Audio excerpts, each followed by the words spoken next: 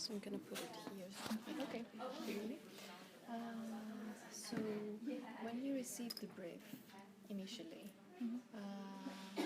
what were your first thoughts? Well, they do explain it pretty well in the lecture. Like they go very throughoutly, and still, if you need questions, they answer everything.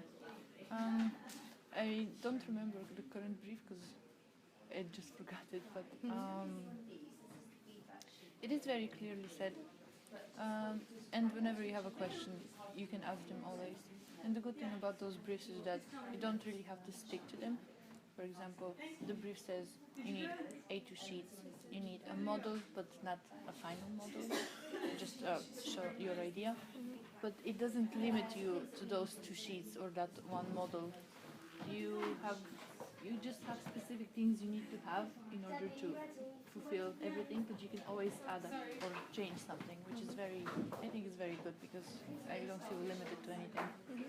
So when you received the volume and the film, what were your first thoughts or your strategy of what you would do and how you would do it?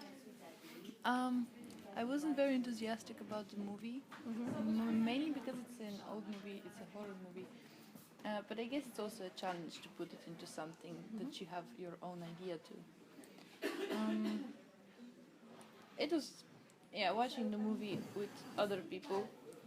It had a good and a bad side. The good side is that it actually made me watch the whole movie. Which one was your movie? The Black Cat. The Black Cat, okay. Yeah, it has nothing to do with the Black Cat. Yeah. But I would have probably not watched it right away. Probably the next day or something like that. At least it made me watch it right now and make some notes straight away so I can remember everything. The volume, I initially did not like this one. I wanted the big one. But when I found out that my client is an archaeologist, it just like, okay, underground, that can work. And basically my strategy for everything is just to make sketches, and the way I work is that I don't like filling many pages with many things. I go on one page and I fill every blank space with little notes, and I write a lot of things, like words very much help me. What kind of words do you write? Like inspirational words? More Things from like the brief?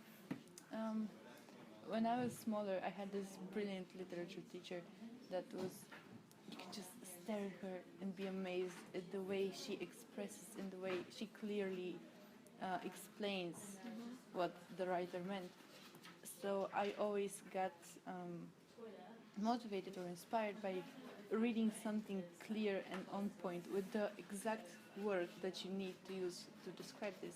So whenever I try to draw something, I first write it down and then sketch it up, just to have a clear idea of I need this, and then I write it, and then I sketch it up. And yeah, that's why my sketchbook is not very full. It just has 2 main pages of stuff I've done and then some pictures of precedents. So if you had to recall just one thing that you noted down and you sketched, what would that be? It would be, my client was an archaeologist, and I made him as an old man who is very, basically he's widowed, he's very alone, and he's just digging into his work. So the things I wrote down was memory of the world, because he's a researcher, he knows everything, read everything. Memory of the world and memory of self. Those are the 2 things first I wrote down. And I went through that. So you started to imagining what the character that you had to work with liked, or his personality, how it was. Yeah, I started, when I started the design, I just stuck to something that I read. I think it was a quote from Plato. It was, "A home with a library has a soul." And that idea of a library kind of gave me the idea of the client, who then I developed. And then when I developed the client, then I started working on the volume itself.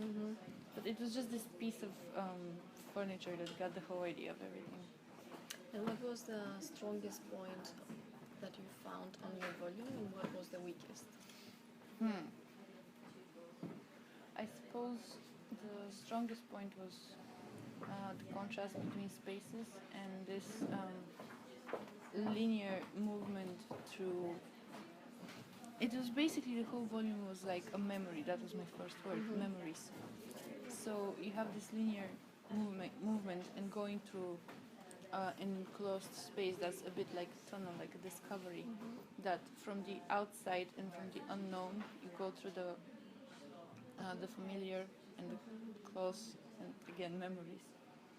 My weakest was probably the way I presented the drawings. I could have done it way better, but I didn't have enough time. That was kind of my fault because I had to go to work as well and I couldn't manage my time properly.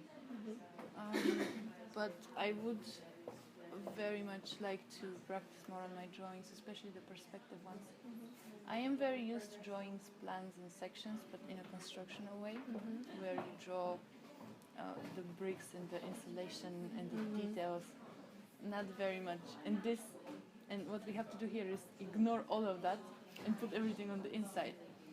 So I guess I just have to work on my drawing techniques better. So the only thing that you changed was the way that you represented your idea. I think that I could have as well maybe thought more about more detailed about the client, something that I've missed. There's always something I miss. There's always this one detail that I could have done better. Everybody does. But what I really like about your drawings is the sensitivity that I can detect. The way that you have worked your floor plans. I think that you give a lot of glory in your staircase, and this is what I like because it pops out. I can see the remainings and the power of memory. So I like the little fragments that you have put there. The pictures. Yeah, the little frames that you have. Those pictures were just something that I was just unable to show in the drawing, so I had to take specific pictures of the model with specific light in order to show that, for example, that first step you take in the big staircase is the walls are black stone, that they're very rough and cold, and the steps are just bright and there's light underneath that leads you forward. And there's this little detail in front of the arc that you see on the opposite wall. But I could not present that in my drawing, so I had to put the light under the model to flash light through the stairs down. So I could not finish anything unless I had those pictures. Did you feel any anxiety when you first got the brief because you didn't know what to do, or you were confident about what you would do? No, I'm pretty confident when it comes to this because I always make a plan. Okay, I need to do that. I'm going to do it on this day, and I know how much time I take when I do things. So I didn't have time because I just got work. Like, I just got hired. So that's like... But yeah, other than that, at least I know how much time it takes me to do something. I'm just lazy. Which is the bad part. So what do you think that you got out of this project? What skill you didn't feel very confident about, but up to this point you feel that you worked a lot and that you gained something out of this? Until now, everything I've tried to design was something that I'd like.